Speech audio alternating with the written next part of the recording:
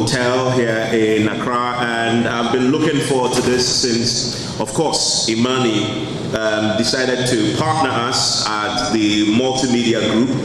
As we speak this morning, there is a big elections in the USA that I'm sure everybody else have been following. And if Imani were a US think tank, I'm pretty sure they would have called this other than the polls that have done in the US. And nothing has been decided yet, but as we see, it's pretty close. The polls again have shown that sometimes, you know, the researchers can also get it wrong sometimes, but we'll see how that pans out in the long run.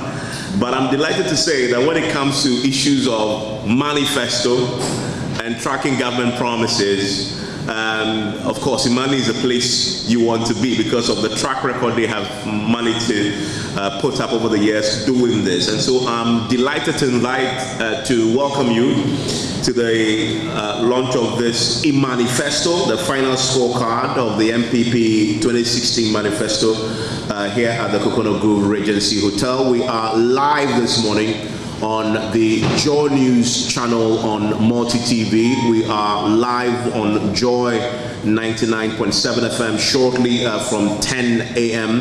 And wherever you are, you can also join us on our many social media platforms. I pretty much look forward to the contents of the IManifesto, this final scorecard of the NPP 2016 manifesto. I want to now invite, of course, the man himself, who, of course, you know, in private life has always called it right in the last two elections for Donald Trump. Of course, he is the founding president of Imani. Mr. Franklin Kujo would give us opening remarks as we look forward to hearing from the contents. A round of applause for him. Thank you, Evans. You're very kind. Good morning, ladies and gentlemen. Our duty here today is just simple. We are going to give an independent assessment of what we think has been the performance of the NPP's 2016 manifesto. I'm sure you've heard several commentary. I remember the NDC said they will score at 14%. The NPP itself praises itself like a lizard that falls from a significant height and says they've done almost 80%. We think that we've perfected the art of independently verifying manifesto claims, and this is an output assessment, but there's some level of qualitative analysis as well. So you'll be hearing that from the team. It's been almost 12 years since we started this enterprise. And boy, we've seen and heard a lot of interesting promises. I recall in 2008, a few political parties were promising, one was promising generating electricity by suspending permanent magnets into the atmosphere. Another's agricultural policy was growing sufficient donkeys in the north and using their excreta as fertilizer for the agriculture. But basically that was his agricultural policy. The owner of this hotel decided that he was going to construct a pipeline from our oil fields to the north in order to ensure that there's equity and a lot of employment that will be generated. In fact, our own Dan Latte, may he so rest in peace, he didn't do the assessment, but he said he was going to generate internal resources to the tune of $840 billion a year, which would have meant that at the time that he was making the promise, Ghana's economy would have been the 7th largest in the world, edging out the UK, France, and the likes. But these were dreamers, these were visionaries. I think that if you realize from 2008, the promises have been improved. And we can lay claim to the fact that with the media, we did help make sure that promises that are made are quantifiable and then they have proper meaning. So what you're going to hear today is an assessment. Dennis will be giving you a background of what the whole program has been, but rest assured that this is work that has been done without any influences. and it's done by a team of over 10 people, external and local, external Ghanaians by the way, and a few interns who are outside the country. So let me leave it here and welcome all of you here. You are brave. I mean, we are grateful that you came all maxed up and observing the COVID protocols. Thank you.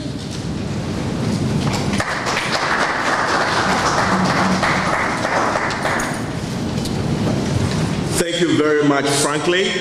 Again, we are live on the JoyNews channel on Multi TV. We are live shortly in the next 7 minutes on Joy 99.7 FM on all our social media platforms as well. This obviously is been done by Imani in partnership with the multimedia group, and we've done some really exciting things in the last few months, executing this partnership in this particular area of scrutiny when it comes to the manifestos. And I am delighted to say that two gentlemen I've come to know in the last few weeks, and in fact more than 2 months now, helping with the analysis, will now join me up here to go through the findings of the IManifesto analysis of the NPP 2016 manifesto. Ladies and gentlemen, with a round of applause, please help me welcome King Carl Tolman Duho and also Dennis Asari, both research consultants at Imani.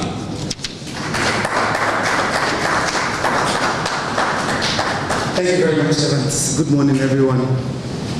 Last year, by this same time, we presented a progress report on the performance of the NPP with respect to their commitment to the 2016 manifesto they gave to the Ghanaian people. So today we are here presenting the final report card on delivery of the NPP government's 2016 manifesto promises. Okay, so just something, so you see, this picture you see here is not Imani's creation. So in 2016, when we were delivering the performance of the NDC in terms of their commitment to their 2012 manifesto, the black narrator of the daily graphic also designed this to illustrate Imani's project. That there's a whole manifesto project that we organize or we implement every single year. So this is just an illustration, and you see Mr. Franklin over there and some political actors.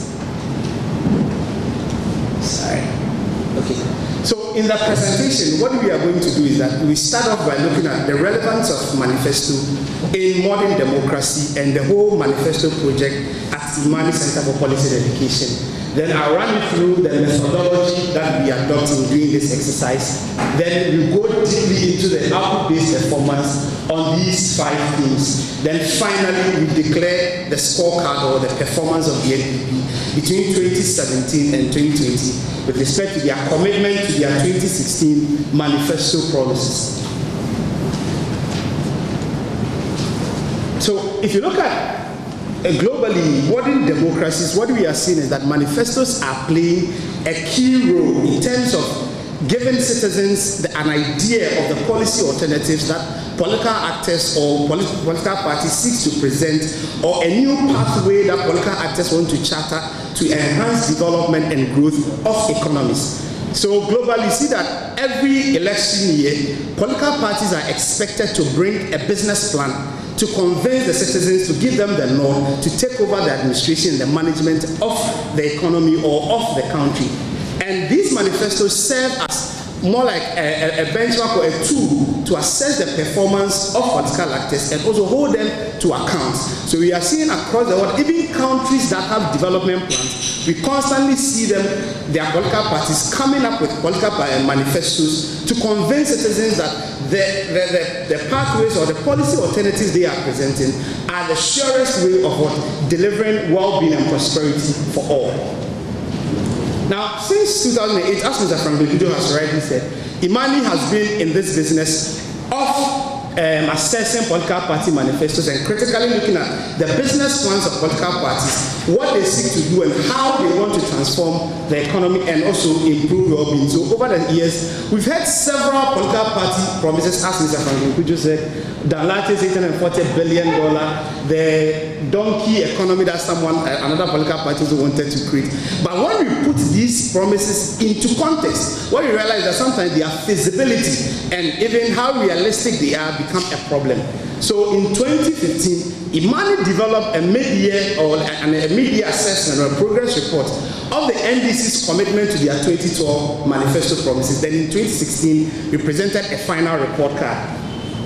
When the NPP took over in 2017, in their first 100 days of being in office, we presented their performance in terms of their commitment to their 100-day promises. Then in 2018 too, Imani presented a first-year assessment of the performance of the NPP. And last year, December, we presented a 3-year performance or a midterm report on their commitment to their 510 manifesto promises. And today, we are doing a full-term assessment, that's from 2017 to 2020. How committed has the NPP been in terms of delivering the agenda or the change agenda for jobs, prosperity, and an equal society? Now, so what we do,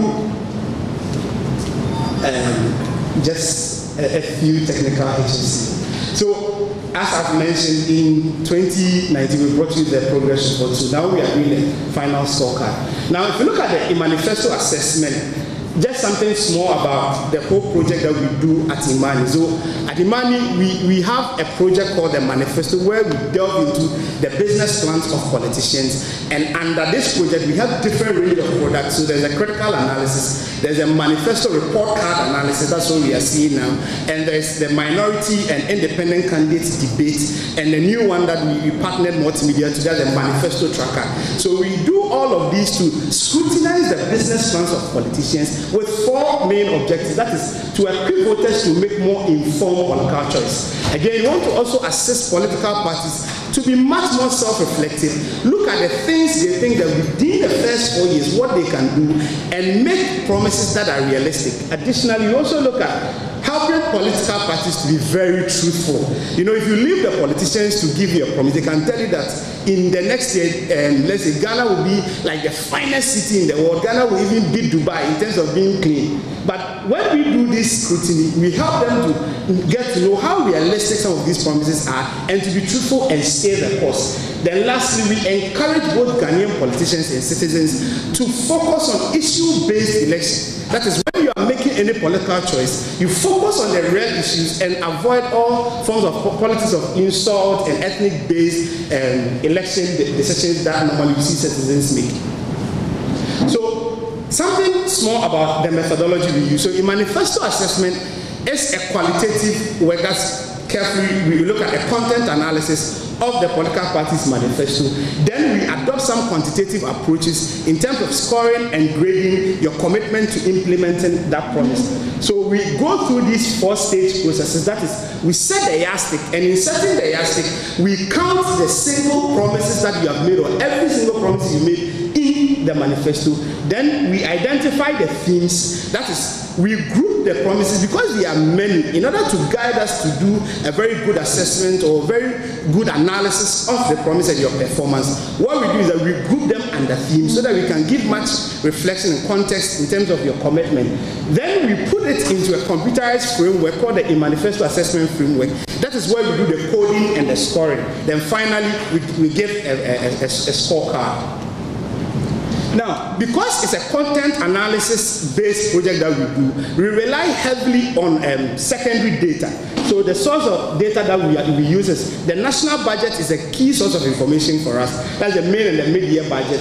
Annual progress report of the MBAs, then parliamentary Hansard. They will also look at the portals and websites of the ministry. Sometimes it may be a press statement that they deliver, or some speech or addresses that the sector minister or the CEO of that agency also deliver. Then the news articles that have been published by you, the media here, we also rely greatly on that to confirm or do more validity checks and see to what extent has this project been executed. So when we are done, because it is a qualitative, mostly it's a 70% qualitative work with some aspect of quantitative analysis, we do what we call the reliability and validity analysis to ensure that the information we are using to do the scoring are clear and valid, and that even when you put it in context, it's hard for you to disagree on such a score.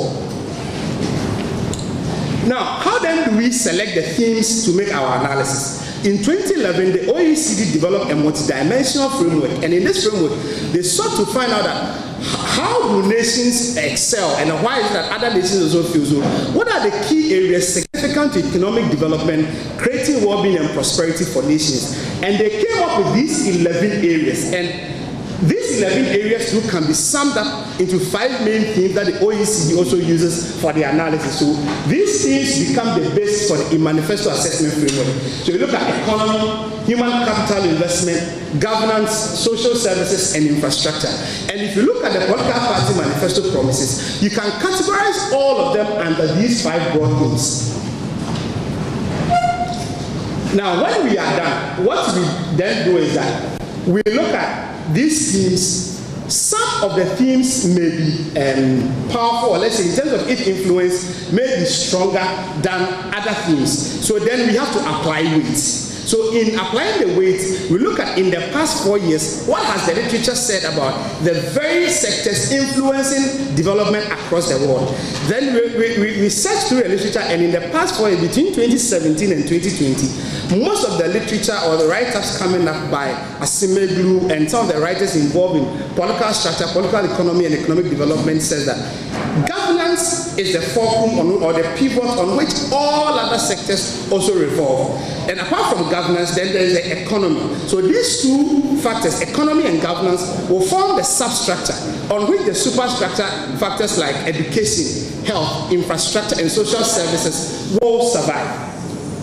So what we do then is that after we have identified the powerful things and influential things, then we apply weights to them. So in our IManifesto assessment framework, economy and governance are given higher weights. Then after you have a very sound political system and you have a very vibrant economy, what then you need next is an infrastructure for social services, human capital, social services and human capital investment to survive and work effectively to develop or to bring out of economic development. So you see infrastructure is also graded higher. Then we have human capital investment and social services. When we are done, then we put all of this into the computerized IManifesto assessment framework. This is where we do the scoring. So each single political party manifesto promise is graded between 0 and 1. 0 means that no work has been done on the promise, and 1 means work has been fully implemented on that particular promise. Now between 0.1 and 0.9, what we assess is that what processes are required to accomplish or fully implement this promise. Now we outline those processes and look at the stage of completion. And when we've done that, then we apply. So typical examples are the NPP promise that they are going to work that in the next 4 years or by the end of their first term, they achieve a double-digit GDP. Now realize that currently the projection even made before COVID-19 was that the economy was going to grow by around 6.2%. If you look at the 2020 budget. So clearly that promise wouldn't be achieved. So we give it a score of 0. Now we look at fully implemented promises, like they said they were going to actively participate in the Africa Continental Free Trade Area. Ghana is hosting the Secretariat.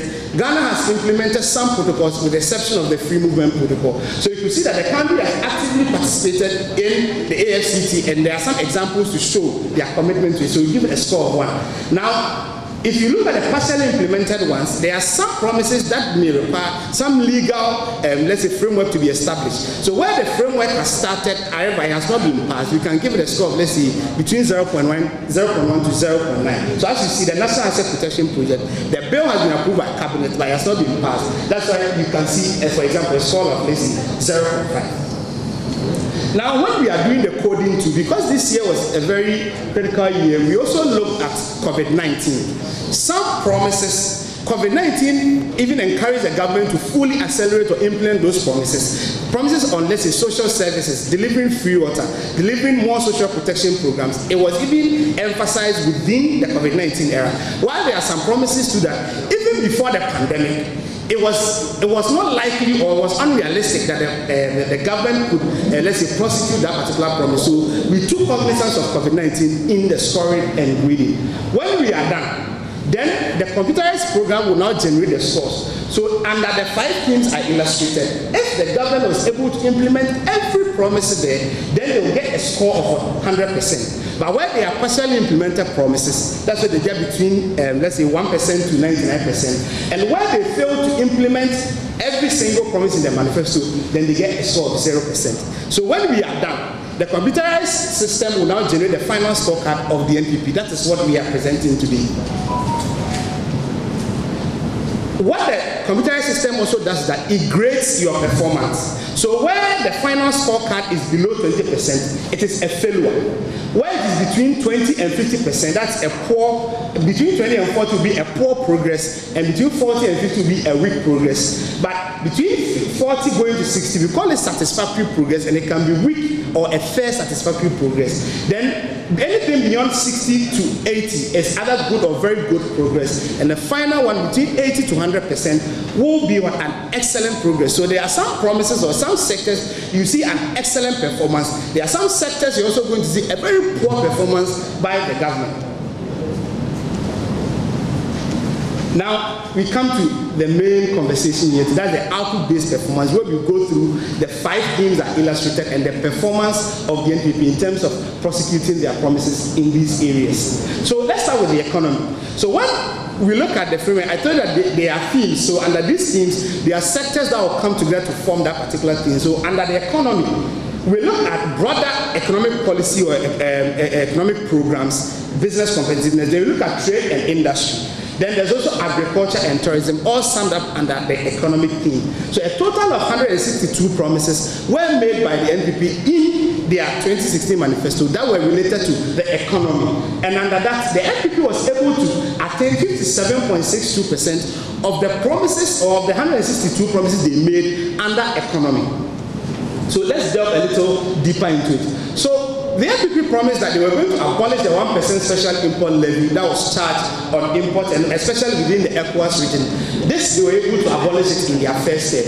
They also promised that they were going to abolish the 17.5% VAT on selected imported medicines, where those medicines are not produced domestically. They are going to abolish the VAT on it.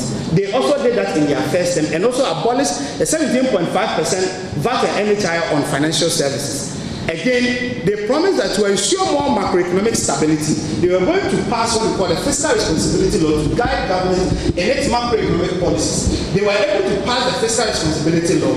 Again, they set up the fiscal council, gave them the task and power, and established them and started working. Now, they also promised that to ensure a sound banking system to accelerate economic growth, they were going to clean the financial sector, which they did, and has become a very major component of the country's debt. Despite the progress that they made in the economy section, what we found out was that their promise of achieving a double-digit GDP, they have not been able to do, or we are yet to see, as of today, we are yet to see a double-digit GDP in the country. They also promised that they were going to minimize the political patronage of state-sponsored microfinance institutions like MASLOC. The way MASLOC disburses its funds and allocates resources to, let's say, citizens, they were going to reduce the extent of political influences in the process. But as at now, we have not seen a clear competitive approach in delivering even MASLOC funds to citizens. Then they also promised that they were going to facilitate the passage of the consumer protection law. And at this area, apart from the Ghana standard code that was developed and also the bill that was drafted, we are yet to see this also materialize. And also clearly, they are yet to reduce the corporate tax from 25% to 20%. So a little graphical representation. So in the graph, what you see is that in the area of macroeconomic stability, they perform very well. That is a very good progress in terms of increasing the GDP, and also some fiscal responsibility actions that they also brought into the economy, debt restructuring, all of that contributed to the higher performance and the macroeconomic stability. But when you come to consumer protection, you realize that they didn't perform well because of their inability to also implement the consumer protection laws. And also, even if you look at the area of cost of doing business, realize that Ghana's performance on the doing business report, we have been coming back or declining on our position. So that's also contributed to their failure in, or their, let's say, weak progress in terms of enhancing or reducing the cost of doing business. And one key factor is the cost of registering lands and access to lands for businesses to start operation in the country. Now let's look at tourism culture and creative art. So they promised that they were going to pursue a deliberate marketing strategy to promote unique historical sites, and that was captured under the Year of Return program that was organized by the Ministry of Tourism in partnership with other ministers, which was a success, and globally it was hailed as one of the very successful tourism programs across the world. They also promised to improve the professionalism and capacity of the tourist staff. So you see, we've seen some restructuring of the Ghana Tourist Authority, and between 2017 to 2019, there was a program that the Ministry of Tourism developed to provide training for hospitality industry workers to improve the state of our hospitality sector. They also transformed the Ghana Tourist Authority into a modern class promotion agency, and a typical example to illustrate this impact was the Year of Return. Then they also promised to establish the Creative Arts Fund, which has been set up. And again, they promised that they were going to set up divisions at the High Court to deal with creative art issues. Although a special court has not been set, but a committee has been set at the High Court that specifically deals with creative art issues. And they also promoted art literature across the country between 2017 and 2020. Despite this progress that they made, some areas of challenges that they faced was that they were unable, or they are yet to resource and reactivate Ghana's museums and monuments. There are some historical monuments that, as at now, they are not even in the best of shape. A typical example, the Yasantoa Museum at Ejoso is still in a very deplorable state, so they were unable to do that. Then they also promised that they were going to review and actively implement the culture policy. This policy was developed by the past Kufuor administration, and this government promised that they were going to actively implement it, but they are yet to fully implement the policy. Then they also promised that they were going to construct modern theaters in all the 10 regions and even now 16 regions. But as at now, we've not seen one theater being as open to the public as a typical example of their commitment to this promise. They also promised to set up the copyright office in Takoradi, Tamale, and Kumasi. Apart from the Accra one, their engagement on the Kumasi one and Takoradi and Tamale. They also promised that they were going to actively promote the conservation of forests for ecotourism. So here, they partially fulfilled this promise because there was a collaboration between the Forestry Commission and the Ministry of Tourism and Culture on ecotourism. So there were some work done around the Kakum National Park area and some forest reserve in the country. But as to promoting ecotourism in the country, we are yet to see that promise being materialized. So let's look at agriculture. So before I even get there, so you see, they performed significantly well, or they made progress in all the aspects or the promises they made under these subsectors when it comes to culture, tourism, and creative arts. So under agriculture, let's start with the things they were able to do. So they promised that they were going to ensure that farmers receive the inputs very close to them, or the inputs are readily available to the farmers at affordable prices. So what they developed was that there was this high-tech program that they developed where the farming inputs were delivered to the districts so that the district will now send it to the farmers. Previously, it was at the national level and redistributed by, let's say, a single entity or even across or decentralized across the country. But this time around, most of the decentralization of the farming inputs were done at the district level. Then they also promised to reactivate and expand the mass spraying and high-tech program. So the cocoa mass spraying exercise was intensified even during this administration under some of their cocoa protection or the cocoa crop protection programs that they implemented within 2017 and 2019. Again, they promised that if you look at their cocoa disease control program, they were going to increase the compensation that is being given to farmers, especially in case where the farm had all the trees in the farm had to be cut down. So what they did was that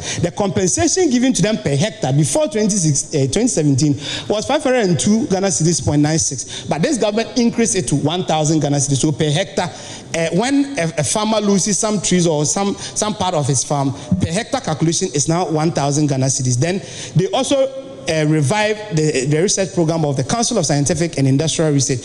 What we see here they did was that budgetary allocation to this institution had been growing consistently since 2017. So this suggests their commitment toward reviving the research program of the CSR and even the Cocoa Research Institute of Ghana. What we found out was that this time around, most of the fertilizer validity and the quality assurance work was done by this institution, and they also received much budgetary allocation alongside or during that period.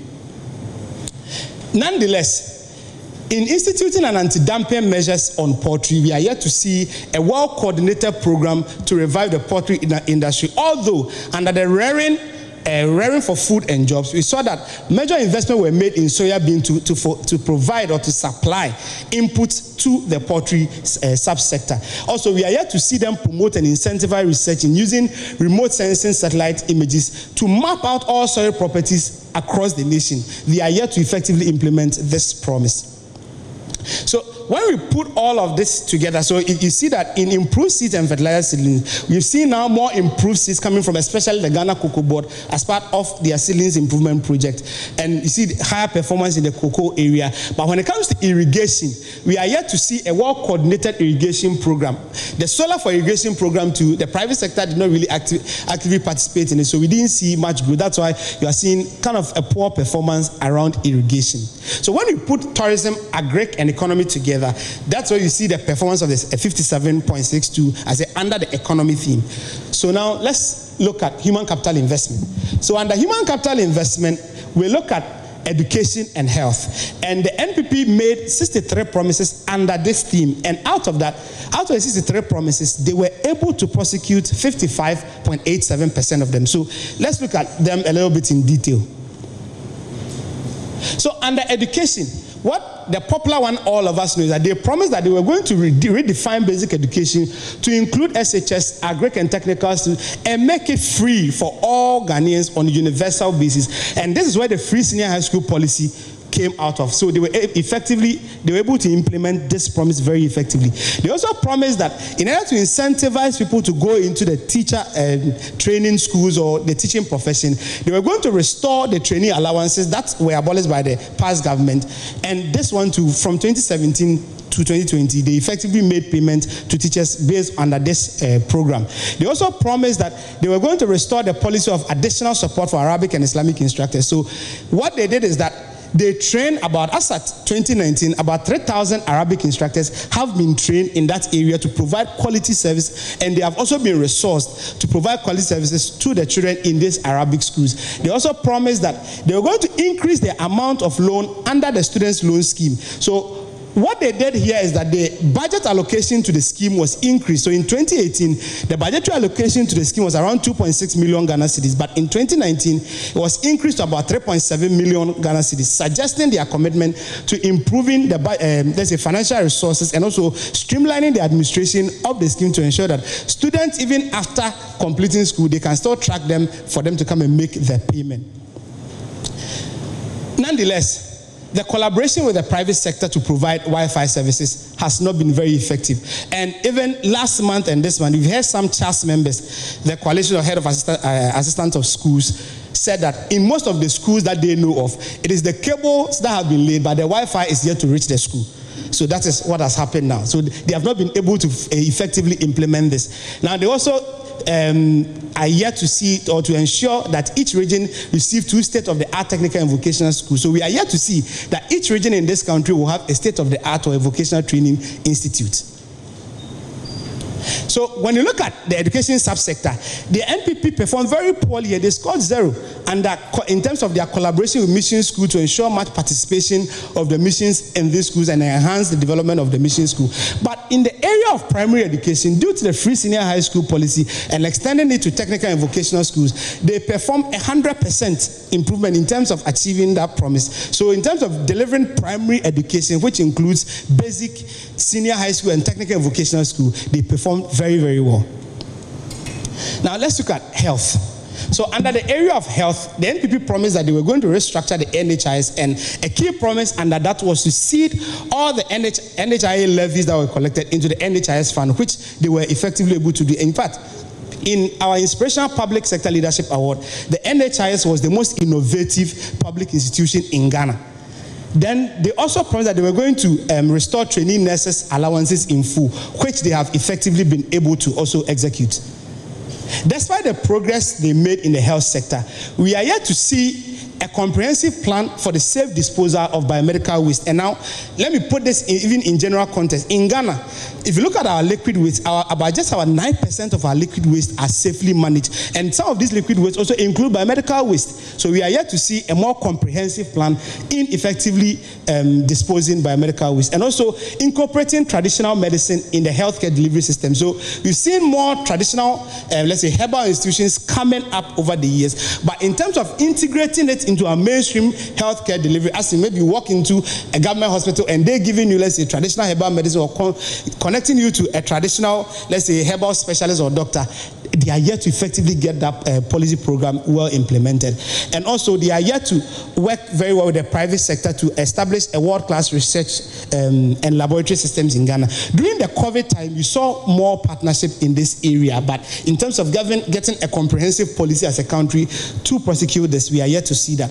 In also implementing a national epidemic response, we are yet to see a well-coordinated national epidemic response. But during the COVID-19 era, some temporary measures or some programs were put in place to arrest the situation, and also establishing trauma centers within all hospitals along our major highways. There are some hospitals in the country that do not have these trauma centers.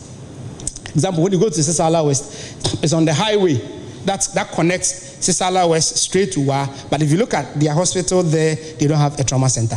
So they perform very well in terms of restructuring and rescuing the NHIS, but in the area of cancer policy, they made some effort, set up the policy, invested, and even supported hospitals that had, let's say, cancer treatment centers in the hospitals with some tools and equipment. But getting a more coordinated program as a country, we are yet to see that also being materialized.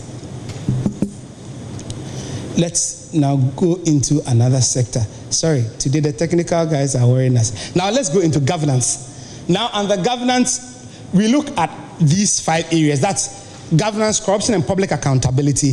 Then we also look at foreign affairs, security, local government, and chieftaincy, religious affiliation, and civil society. So when you put all of that together, a total of 80 promises were made under the governance team. 68 covered broad-based governance. And when we talk about broad-based governance, that's from governance, corruption, and public accountability to local government. And then chieftaincy also was added to the governance in terms of traditional leadership contribution to development. Let's take it one after the other. Now, under governance, corruption, and public accountability, the NPP promised that their main approach for tackling corruption in this country was to set up the office of the special prosecutor. They were able to execute that one. The office was established, the special prosecutor has been appointed, and in this week we have seen him effectively in the media working and delivering reports. And they also promised to ensure the passage of the Right to Information Bill. This one too, they were able to implement it. And during the period, they also promised that they were going to ensure the NCCE build some strategic partnership to sensitize citizens about corruption. And over the years, we've seen NCCE work with some media houses to organize some forums on how to address corruption in the country. A major promise that they made under governance or public accountability was to ensure that all the findings and the report of a public accounts committee was implemented. So between 2018 to 2019, the state recovered about 97 million Ghana cedis. That were issues raised in the public accounts committee's report. So they were able to effectively do that. They also promised that 30% of the appointment or the appointment by the president was going to be female. So if you look at about 307 appointments made by the president, about 30.8% of them were women. So they were able to achieve this target. But what we also found out was that most of the women were padded at the local level. But when they come to the main ministerial level, we didn't see a lot of women in that area. They also amended the Criminal Offences Act to make corruption a felony. So in 2020, they were able to do this.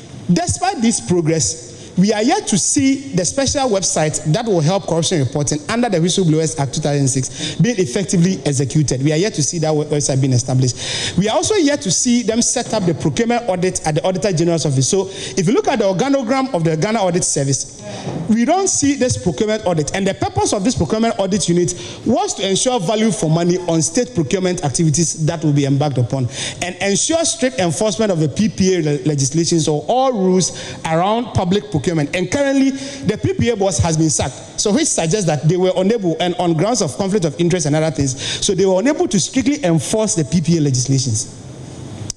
And in the area of local government, they promised to review the local government service regime. And what they did was they restructured the local government service regime. And as of now, there are some training and programs for local government workers, resourcing, and even in restructuring the regime, some local government staffs are currently standing trial for some more practices within or at the local level. Then they also promised to decentralize and equip the Land Valuation Board to provide effective support for MMDAs in collecting property taxes. So there was a collaboration between the government of Ghana and GIZ in terms of prosecuting these promises. Then they also promised to strengthen the substructure of MMDAs through capacity building and adequate resource allocation. So we see that nominally, budgetary allocation to the MMDAs has increased by about 80% in terms of in nominal terms. So year on year, we've seen much allocation going to the local government, suggesting their commitment to these promises. Despite all of this, we are yet to see the election of MMDCs as was promised by the NPP. We are also yet to see the strong or an active role of traditional leaders at the local government level. And we are also yet to see the upgrade of the Tamale Institute for Local Government Services into a state-of-the-art institution to train local government staff. And also the passage of the Municipal Finance Bill. Although the bill has been drafted, stakeholder engagements have been completed, but we are yet to see the passage of the Municipal Finance Bill. In the area of foreign affairs, the NPP promised that they were going to participate actively in the creation of the AFCTA. And in this area, Ghana won the bid to host the Secretariat, which suggests the active role that they played in the AU in terms of creating this area. Then they also promised to strengthen ties with friends from the International Organization of La Francophonie. So previously, Ghana was just an affiliate member. But after the signing of the Language Pact in 2018, Ghana has become like a member of the International Organization for La Francophonie. Then to welcome back citizens in the diaspora. And the Ministry of Foreign Affairs worked with the Ministry of Tourism during the year of return. They worked hard, and most people, or most Ghanaians who are in diaspora, some of them have now even established businesses, and there are some success stories that we see across the country. Then they also promised to facilitate linkages between ambassadors, high commissions, and the MMDA. So currently there is an arrangement between the British High Commission and the Kumasi Metropolitan Assembly to invest some amount of money in some developmental projects in the Kumasi Metropolitan area, and also improve Ghana's position in regional markets. Currently, our president is the chair of ECOWAS, playing active role in, let's say, in the ECOWAS market, as well as in African Union. We hosting the secretariats also suggest their commitment to playing a key role in the regional market. Nonetheless, we are yet to see a full implementation of Representation of the People's Amendment Act that will allow citizens outside the country play active role in election decisions in the country. In the area of security, a major promise that the NPP made was to revive the barracks. So they dubbed the program National Barracks Regeneration Program, and under this program, they promised to give housing facilities to security agencies. Last year, the Vice President opened some housing facilities for the military. This year, the President himself commissioned or opened some of these projects. And they also promised that they were going to provide extensive training in the area of crime, anti-terrorism, and cybercrime. So now a special unit has been set up in 2018 at the CID's office that focus on providing training to police personnel and other security agencies on cybercrime, organized crime issues, and anti-terrorism in the country. They also provided support for the Small Arms and Light Weapons Board, and as of now, they had collected, I think, more than 10,000 like illegal arms that were within the system. But a special committee was also established by this particular board. But we are yet to see the 2 new police training schools that the NPP promised. We are also yet to see them build the police hospital in Sunyani and Bogatanga. We are yet to see some work in this area, and also revamp neighborhood watch schemes. Currently, there are some security issues that have been raised even in the media about security of our community. So we are yet to see a full revamp of the neighborhood watch schemes, and also review the structure of recruiting personnel to the police service. What they wanted to do is reduce the political cronyism and also nepotism in the process of recruiting police personnel. So we are yet to see a more open and transparent process of recruiting people into Ghana Police Service. So we highlighted these areas because they are very critical to us in terms of corruption. You see that even after 2018, if you look at Transparency Initiative's Corruption Perception Index, Ghana's performance has been declining after 2018. So this suggests the weak performance of the government in terms of addressing corruption. And if you look at cases like recently, the statement issued by the special prosecutor sacking the boss of PPA, they all suggest the government was not much committed to addressing corruption in this country, or have not been effectively to implement policies to address corruption and public accountability. In the area of local government, because we are yet to see the election of MMDC, it critically affected their performance in this area. But in the area of chieftaincy, building strategic partnership with the chiefs, especially at the time of creating of the new regions and all of that, that also contributed to their performance. Civil society, in this area, a key promise that they made in this area to also encourage the practice of giving. And during the pandemic, we realized that most private institutions and private individuals donated heavily to the COVID-19 fund, and that influenced their performance also in this area. Okay, so now let's look at social services. Under social services, we look at social interventions, youth development, and sports development. So a total of 57 promises were made by the NPP under social services, and out of that, there were 45 of them came under social interventions, and 12 promises were under sports development. Under social services, the NPP promised that a way of reviving the school feeding program was to provide training for the caterers who provide the food for our children, when they go to school. Now, under this, 34,000 caterers were trained between 2017 and 2019 under the scheme in hygiene and child nutrition areas. Also, the caterers too, they also promised that they were going to ensure that the goods or the produce that the caterers use are locally sourced. And between 2017 and 2020, most or 90% of the goods that the caterers use are sourced locally. They also, in the area of women empowerment and children's rights, they abolished the market tolls on kayayis. They also trained 400 female porters into some pre-employment skill. That was part of their Operation Leave the Street and Operation Move Kayayis of the business project that they embarked on by the Ministry of Gender. Then 30% of the appointment also went into, so 94 out of the 305 appointment went to females. And also they promised that the way we target beneficiaries for the livelihood empowerment against poverty scheme, they are going to employ more digital systems in terms of selecting beneficiaries who really qualify for the scheme. And government had a partnership with Isoko. So now targeting of beneficiaries under the scheme is done by a digital system. They also promised to undertake recertification of current beneficiaries as part of the exit plans of the scheme. Now, last year, Imani delivered a report that assessed the experiences of beneficiaries of social protection programs in this country. And during the launch and premiering of the a short video documentary, the head of social protection programs at the Ministry of Gender also informed us of about a $200 project that they embarked on, that when they exit people from the scheme, they're going to give them a seed money of about $200. Then in the area of youth development, there was this spread of innovation hubs, training hubs, just to raise entrepreneurship. So in this area, they effectively implemented promises under that particular area. Nonetheless, we are yet to see persons living with disability being actively engaged in the free senior high school policy. There are some disability schools in the country that are not captured under the free senior high school policy. And also, the special training schools for children and people living with disability are not in a state of the art, position that the NPP promised that they were going to extend it to. Then we are yet to see the establishment of the mental health fund. So the NPP promised to first pass the mental health LI, and in 2019 they passed the mental health LI, but we are yet to see the establishment of the fund to support mental health programs in the country. They also promised that every aged person in this country was going to receive what we call the Freedom Pass to give them free access to public transport. We are yet to see full implementation of this policy as well. And they developed what we call the District Integrated Social Service Program. The policy document was developed, but in terms of its effective implementation, we are yet to see that. They also promised that they were going to set up the Youth Development Authority, but this authority has not been established.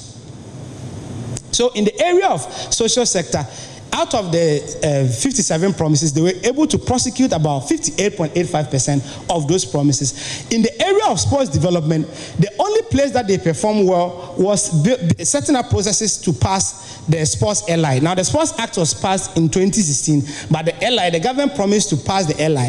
The consultant has been hired, the draft has been prepared, but we are yet to finish the stakeholder engagement. In the area of the livelihood empowerment against poverty program, they were able to effectively do that. The GSFP, they also did very well.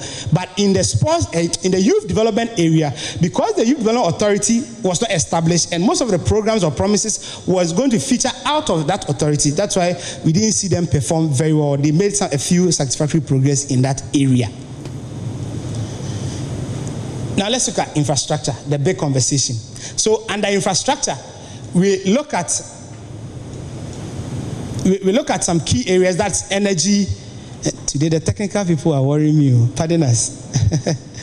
Okay, it's here. So under infrastructure, they made a total of 148 promises, and out of that, they were able to implement 51.71% of the promises made under infrastructure. And these are the areas that are covered under infrastructure. So you look at energy, structural development, lands and natural resources, sanitation, water resources, aviation, railway development, port and harbor, communication and science and technology. So let's start with the energy sector.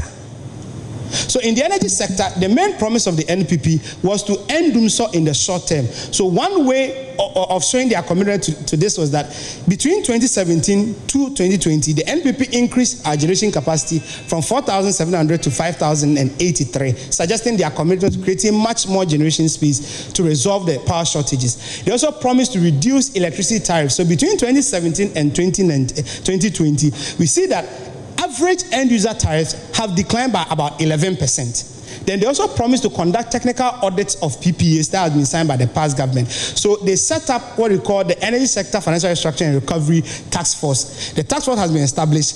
First phase of negotiation of the PPAs has been completed, and that saw the changing of the Senate PPA from take or pay to a take and pay agreement. They also promised to develop this program, Energy Sector Financial Restructuring and Recovery Plan, to address the sector challenge in terms of the debt in the sector and some inefficiencies within the sector.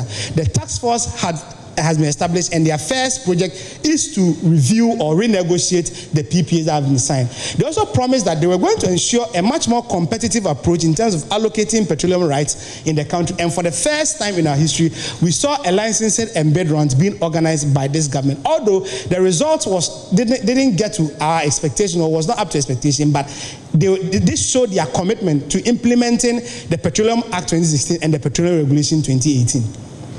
Nonetheless, in terms of increasing the share of renewable energy in our generation mix, we are yet to see the NPP prosecute or attain this promise. So currently, the share of renewable in our total installed generation mix is around 0.2%, which is below the target that they set for themselves. But in this area, we've seen the government commissioning some solar projects. In terms of their commitment to solar energy has been significant. So there is the commissioning of the Laura solar project, some solar project being undertaken by the VRE. Then they also promised to ensure transparency in the area of tariff setting. We are yet to see PRC being transparent or being open about the way tariffs are set and the influence of the political economy on the work of PRC. We are also yet to see the transparent procurement of PPA. Currently, the government has placed a moratorium on the signing of PPA. So we are yet to see how are they going to achieve this promise in terms of establishing a more competitive approach to signing of PPAs and engagement with IPPs.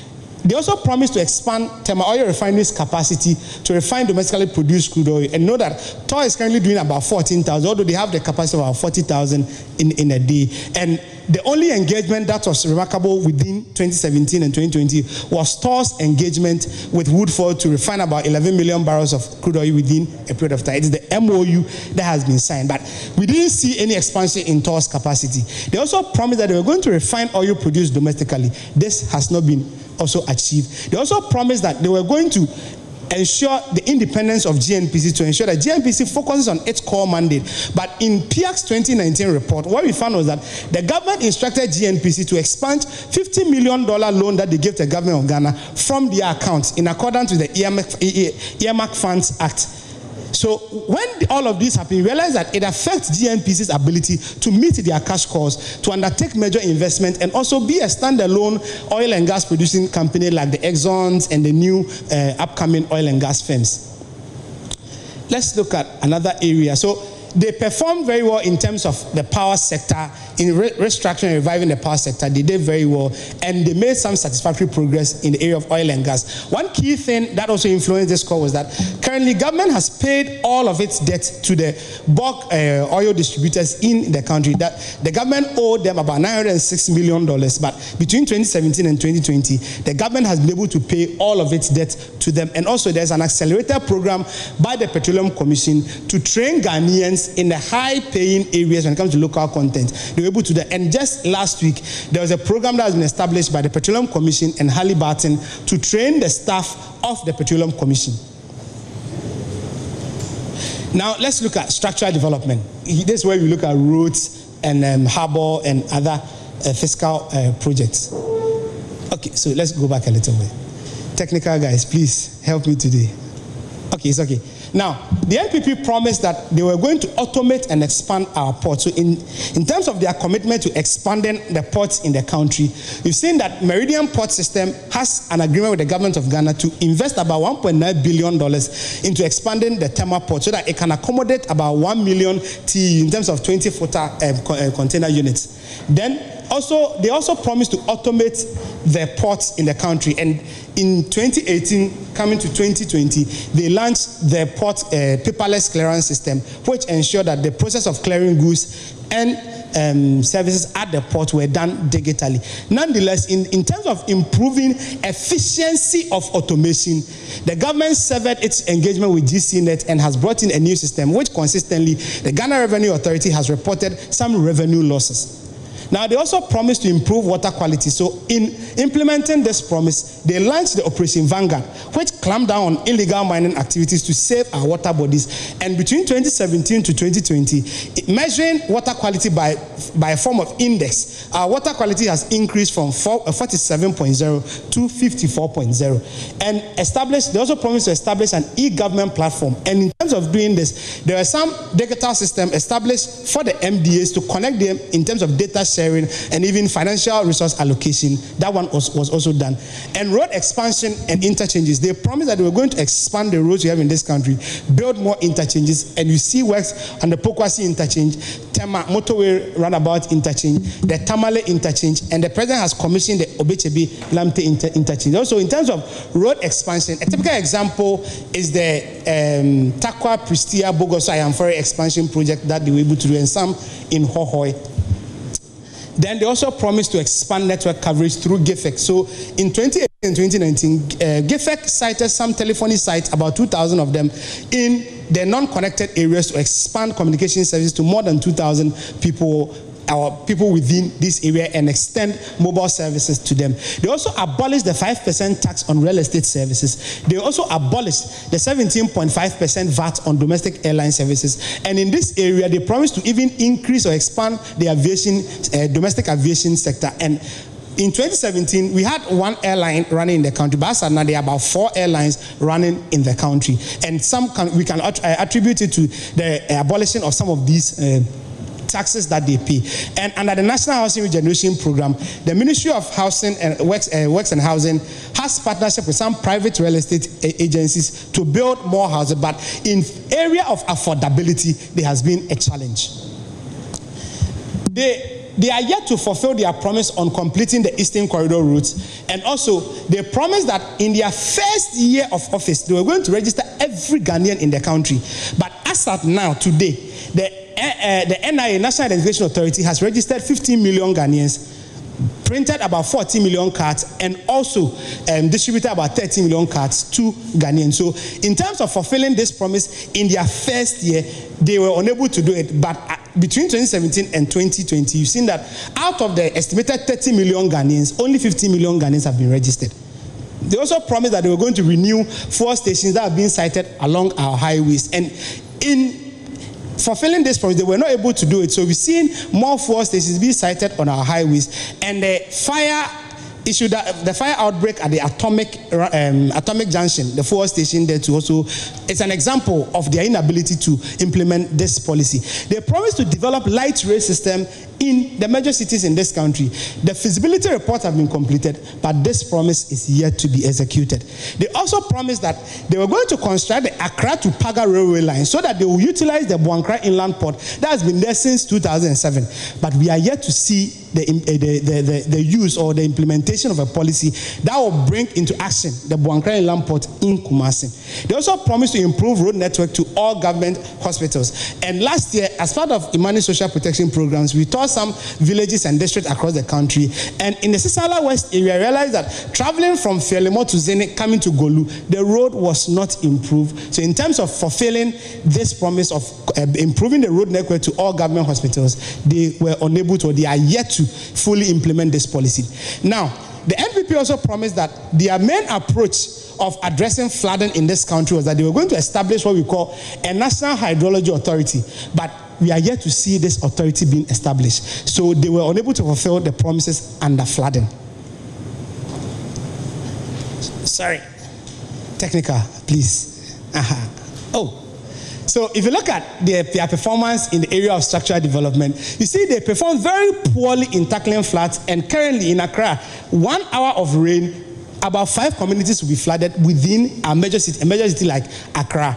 But they perform very well in the area of communication, expanding telecommunication access to the unserved areas, increasing the bandwidth of services. This mobile money interoperability system were all very significant in that particular area, and port and harbor expansions were also very good in the area of roads too. 2020 was dubbed the year of roads, so they made some investment in that area. So when you put the 5 themes together, that is economy, infrastructure, human capital investment, and social services, what we found is that then the computerized system I talked about earlier will now generate a final scorecard. So between 2017 to 2020, the NPP government has been able to fulfill only 56.77% of the 510 manifesto, 2016 manifesto promises that they gave to Ghanaians. So in their 2016 manifesto, they made 510 promises, and as at now, they have fulfilled only 56.77%. So this is a breakdown of the thematic in terms of their performance in the various themes. Now, before I sit down, this report was generated by a team at Imani. Mr. Frank Kujo mentioned about a team of 10 experts that do the multi-phased assessment. So I would like to introduce them if they are around. So they are not around yet. Okay, so they are consultants. So I'm sure they are also finishing up other projects in the office. So when you put this in the scoring or the grading sheet, the NPP between 2017 and 2020 has made a fair, satisfactory progress in terms of their performance or their commitment to ensuring the change agenda, creating prosperity and an equal society, or delivering the 510 promises made in 2016. So this is a team of consultants, that the main team that worked on the job. So there's Ivy, Ezra, Kinkao, and myself.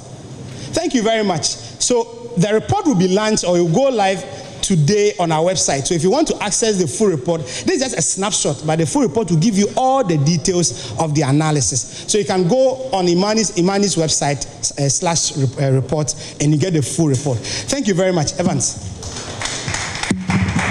Dennis, thank you very much. A big round of applause for Dennis. It is always exciting, I guess controversial, when Imani does their final scorecard. I'm pretty sure this is already generating a bit of talkability around it. I've seen some reps of the government and the party in our midst. Mr. Japames, I greet you. And I'm pretty sure, colleagues, you have a lot of questions. We have 10 more minutes on Radio Joy 99.7 FM and JoyNews channel on Multi TV that is taking this live, and I can see social media is talking a bit more about what is happening. So if you're just joining us, Imani's final scorecard for the NPP administration in the last 4 years overall scores government in terms of its ability to achieve and fulfill its promises at 56.77% out of the 510 promises made so far. And the scoring, Imani puts them in the bracket of fair, satisfactory progress. I'm pretty sure there are questions. We want to take a Q&A. And Dennis, I'm pretty sure you want to join. You want to be here. Questions will be coming. Do we have microphones in the audience already? Let's get microphones to the audience, and so the questions can come for Dennis. I'll ask my first question, and then I'll take my seat and wait for the questions to come from the audience. Dennis, you have to answer the question, so you have to give the microphone out to somebody else to send to the audience. Okay, so as I say, you're live on Joy 99.7 FM, also live on the JoyNews channel. Dennis, my question, I'll take a few, but this is my first question. I mean, we are going into an election, so as they say, it's always a comparison of records. And for the first time in our elections, we have two presidential candidates who have back-to-back been at the helm of affairs, and so comparison is important. So my question is, your final scorecard for the NDC in 2016, what was it? What was the overall? So you can please ask your question on the back of this. So the overall score was 53%. So the NDC between 2012 to 2016 had achieved about almost 54% of their promises. But one thing that we need to put in context was that they had about 540 promises, and the NPP has 510 promises. So we need to also put that in context. But by this same time in 2016, the NDC had done 54%. Now the NPP has done 56.77%. But let's put the number of promises also in context. Okay. Questions from colleagues? So you just get up, mention your name and ask a question. Who has the microphone, please? Yes. Any questions? Any questions? No questions. You have a question? There's a question? There's a question there.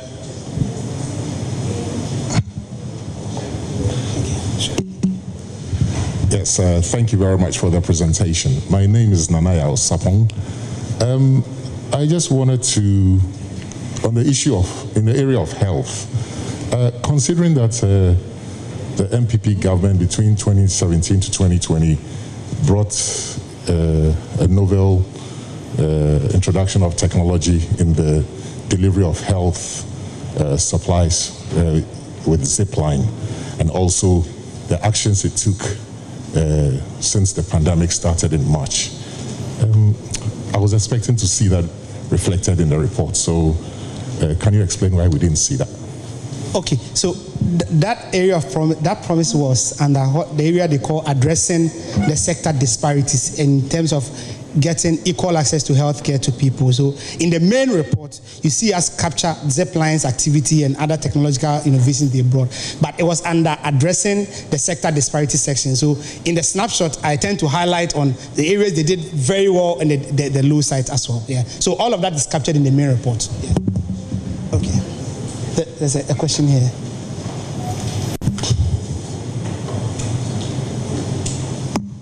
Thank you very much, Mr. Sawari. Let me first recommend Imani Ghana for this wonderful job done. My name is Samari Abdullahi, and my question is, the issue of ending Dumso, as to which government ended Dumso, has been a bone of contention in this country. You understand that before the 2016 elections, the then running mate of the NPP, His Excellency today, Dr. Mahmoud Bawumia, is on record to have said that the former president, or the president then, is not to be applauded for solving Dumso, because it was his own negligence that led us to Dumso. In one of JoyNews programs, I've forgotten the name of that particular program, the current energy minister is on record to have admitted that this current government, as when they have assumed office, have not added even a single megawatt to the energy generation. To have seen as part of the items being scored for the NPP manifesto is a little bit confusing. I don't know if you can clarify that for us. Thank you very much. All right, so before 2016, or before the NPP came to power, now the NDC had already procured some PPN power arrangements with IPPs. An example is Ameri and other engagement with IPP. So the generation capacity before 2017 had increased to about 4,700. Now when this government took over in 2018, the Send Power 1-2 was added to it. So that's why we have now installed generation capacity of about 5,083. There's a LoRa solar project that will also be added to it, so I'm sure that figure will be updated. But what we see under this government, and that's different, is that previously, what the previous government suffered was access to fuel security. We relied on natural gas from Nigeria, but in the agreement, because of alternate performance, Nigeria did not supply gas consistently, sometimes even because of debt. So they relied heavily on light crude oil, which was expensive.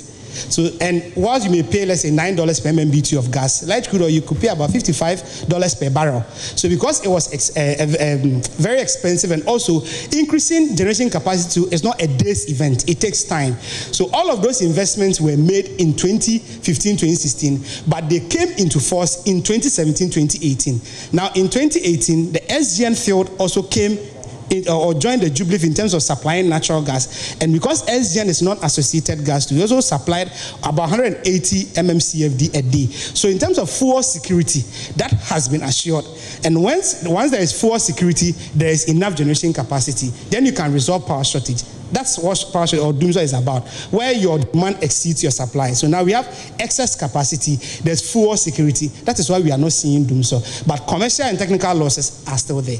So in terms of who actually resolved doomsday, you can do the debate, but I think it's both government's performance. So if the NDC2 had not done those investments and left the capacity like that, we wouldn't have seen that growth in terms of even excess, although the capacity is in excess, but it is still generation space there. We are paying almost 500 million Ghana cedis every year for capacity we don't use. But it was an investment that was made, and also this government has seen much more consistency in fuel supply, that to some extent that we promised not to flare gas, but because we don't use all our gas, PIAC has cited that some natural gas were flared even in 2019. So there's fuel security, there's capacity. That's why you are not seeing doomsday. So I think I'll give the credit to both governments. Yeah.